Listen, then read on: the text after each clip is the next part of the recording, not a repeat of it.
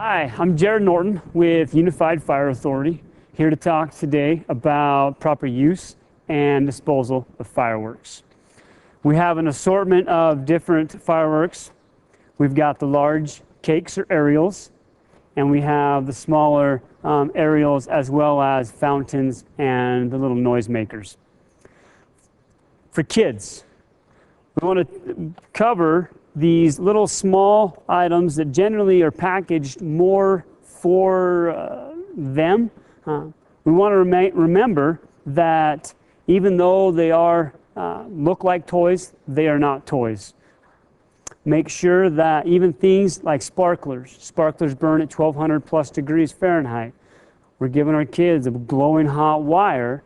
If they've been out playing in the sun all day, they're in shorts, flip-flops, barefoot, it's a good idea to get long pants on them and some shoes, closed-toed shoes, when they actually start using the fireworks. We want to also make sure, even though some of these fountains are smaller, we need to still stay back. These aren't ones where we want to let the kids get up close. Even though the packaging is smaller, they still can burn. We have aerials here. We have the smaller aerials that are new to Utah. We want to make sure that these aerial devices, fireworks, are being lit off in areas where, first, that they are legal with your jurisdiction or municipality. So you can look up your city's website or unifiedfire.org. We have a map, interactive map that you can put in your address and see where you live and if the fireworks are indeed legal for that time of year. For actual lighting these off, there's a few considerations we want to think about. One is what's above us. Tree cover, do we have brush, dry brush anywhere close to us? We want to make sure we're not actually going to be using these at that point because of the potential fire hazard. Before you go to light them though, we have a couple of bricks. These bricks allow us to stabilize the aerial or the cake so that it is going to stay in place and not bounce around and end up tipping over. So set your bricks in place. Make sure you've read the warnings and all instructions with that. Light the fuse, back away. Make sure your family and friends and everybody with you are in a safe location.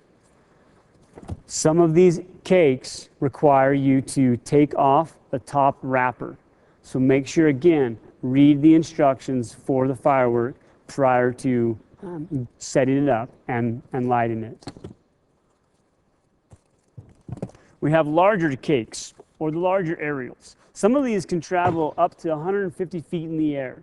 So wind is a very significant factor or potential fire hazard. I have a couple larger bricks, cinder blocks, that can hold these larger cakes in place and make sure they don't bounce around on you. Disposing of your fireworks. There are three things to have handy. One, a bucket of water, an extinguisher, and a garden hose.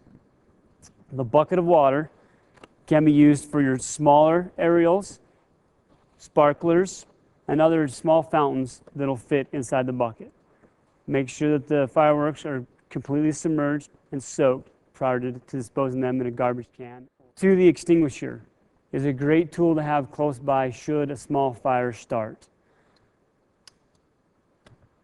For the larger aerials and cakes that won't fit in your bucket, the garden hose. Soak them down, make sure that they are good and drenched prior to disposing of the firework itself.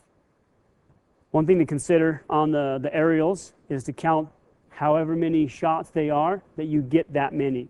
If you don't and it stops, stay back from the firework for a matter of time, allow it to cool off a little.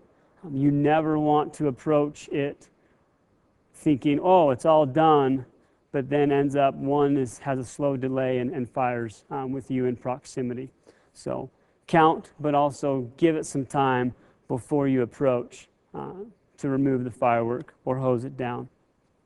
One thing to remember is that modifying or tampering with fireworks is unsafe as well as illegal.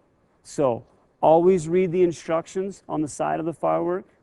Have close adult supervision and never modify or tamper with your fireworks. Please enjoy the holiday.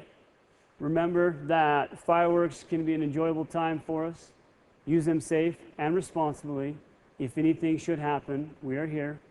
Call 911 as soon as you can.